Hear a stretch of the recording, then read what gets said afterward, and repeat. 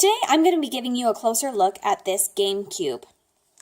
Now this is a 2x2 game cube, so if you're familiar with a standard Rubik's Cube, which is a 3x3, that's like this, only you've got 2x2, right? So here is the box. As you can see from looking at it, your first problem if you're an English speaker is that there's really no English on here. Now it is a little bit in the instructions. Let me take out the cube and give you a look at this first. Okay, so here's your cube. Now this one is a great one for beginners and speed cubers alike. If you don't know what a speed cuber is, it's one of those people that can pick up one of these and just flip through, speed through, and solve it in a matter of seconds or minutes. And it's what makes it work so well is that it's got a fully functional spring on the inside for fast turning. So you can turn it, turn it, turn it. I've seen people, they can just like flip it. You know, they can flip it because they're so used to playing with them and doing things. It's kind of cool to watch. I am not one of those, and I'm sorry to tell you that I'm not a mathematician or familiar with all of the algorithms needed to get a cube like this working. I can pretty much get 3 lined up on the different sides, but I'm definitely not a pro. Let me show you the instructions really fast. There is a tiny bit of English here telling you basically up, right, front, back, and they use just the letters U, R, F, and B to show that. And then on the other side, I believe that these are various algorithms to use when solving the cube, that they just have letters there.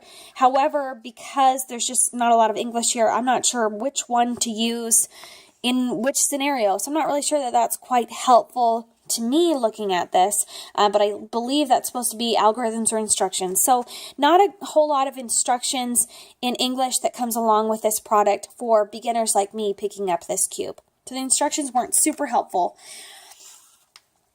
Okay, so I'm told in my little research of these game cubes that if you know how to do a 3x3, that it's relatively easy to pick up a 2x2 because it's just all corner pieces that you're working with and you don't have that middle section. So that makes sense.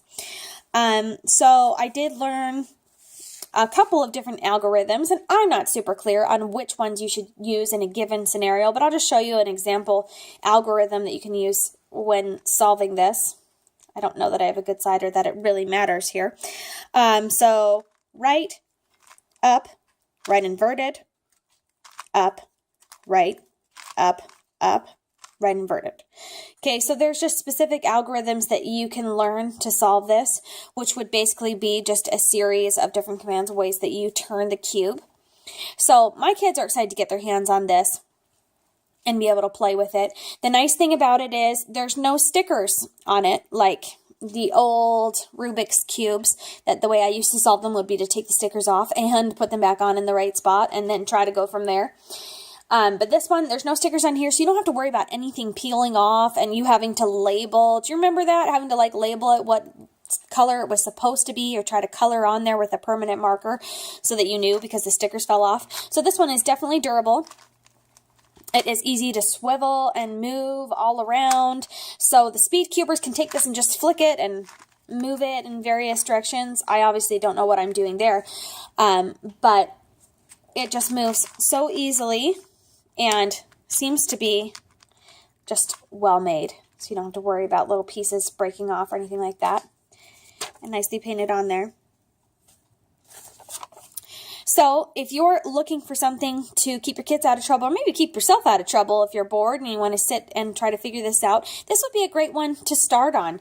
A 2x2 cube for you to learn, and it just glides and moves so easily, so you don't have to deal with any additional frustration of like trying to clip the pieces exactly in place. But yeah, that's the game cube.